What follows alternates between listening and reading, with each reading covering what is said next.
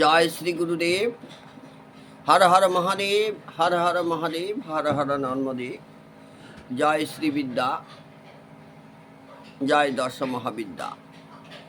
ধূমাবতী কবচ। ধূমাবতী কবচ যারা কেতুর দোষ দূর করতে পারছেন না, তীব্র কেতুর দোষে ভুগছেন, জমি জমা সংক্রান্ত, ল্যান্ড সংক্রান্ত সমস্যায় ভুগছেন, জমি জমাকে কেন্দ্র করে কেস মামলা চলছে, তাদের কেতু খারাপ বলে এই সমস্তগুলো ঘটেছে। অতএব তারা প্রত্যেক দিন কেতু গ্রহের কবচ শ্রবণ করবেন। দশ মহাবিদ্যার সপ্তম বিদ্যা হচ্ছে ধূমাবতী দেবী, তীব্র দেবী। কাজে এটাকে ভক্তি এবং শ্রদ্ধা সহকারে শ্রবণ করতে হবে। ধূমাবতী দেবী প্রথম দেবী হচ্ছে কালী, তারা, ত্রিপুরা সুন্দরী, ভুবনেশ্বরী, ভৈরবী, ছিন্নমস্তা। এরপরেই হচ্ছে ধূমাবতী দেবী। ধূমাবতী দেবীর রূপ কল্পনা করবেন কি, তিনি রথের উপর আরোহণ করে আছেন, তিনি বিধবা বেশ ধারণ করে আছেন, তার রথের মাথায় কাক ধ্বজা বলা হয়, হাতে কুলো নিয়ে আছেন।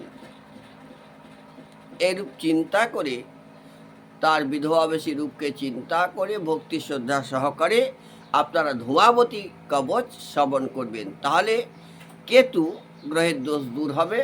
ক্যাটসাই না পড়ে প্রতিদিন যদি এটা শ্রবণ করেন, ক্যাটসাই যদি পারেন পড়তে পড়বেন, যদি না পারেন বা যদি পারেন তবুও কিন্তু শ্রবণ করবেন, অতি দ্রুত ফললাভ হবে ধূমাবতী কবচ শ্রবণ করলে। নিত্য রাতের বেলায় শ্রবণ করতে পারলে বেশি ভালো হবে, কারণ ধূমাবতী দেবীর পুজো করা হয় অর্ধরাত্রে। এটা ধূমাবতী কবচ বলছেন পার্বতী দেবী, ভৈরববাচ ভৈরবকে বলছেন।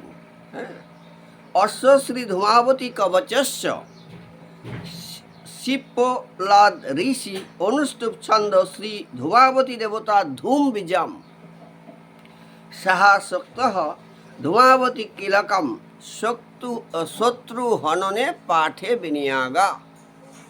শত্রু দুই প্রকার, বাহিরের শত্রু এবং ভিতরের শত্রু, কাম, ক্রোধ, লোভ, মদ, মোহ, মাৎসর্য। ইনি আধ্যাত্মিক উন্নয়ন যেমন সাধন করেন, তেমনি পার্থিব জীবনের যে ইকোনমিক ডেভেলপমেন্ট, ব্যবসায়িক উন্নতি, জমিজমা সংক্রান্ত ডেভেলপমেন্ট, কোর্ট কেসে মামলায় বিজয় লাভ ইত্যাদি সমস্ত ক্ষেত্রে সফলতা প্রদান করেন এই ধূমাবতী দেবী। প্রচণ্ড খারাপ অবস্থা, কোনো ক্ষেত্রে কাজ হচ্ছে না, তখন ধূমাবতী দেবী হোম, জপ এবং কবচ পাঠ করতে হয়, কবচ পাঠ শ্রবণ করতে হয়। হাতে কবচ তৈরি করেও অনেকে পরিধান করে, তাতে অনেক খরচ পড়ে, হোম করে করতে হয় সেটা। অশ্বরথ শ্রী ধূমাবতী কবচস্য শিপ্পলাদ ঋষি অনুষ্ঠুপ ছন্দ ধূমাবতী দেবতা ধূম বীজম সাহা শক্তি ধূমাবতী কীর্কম শত্রু হননে পাঠে বিনিয়াগা।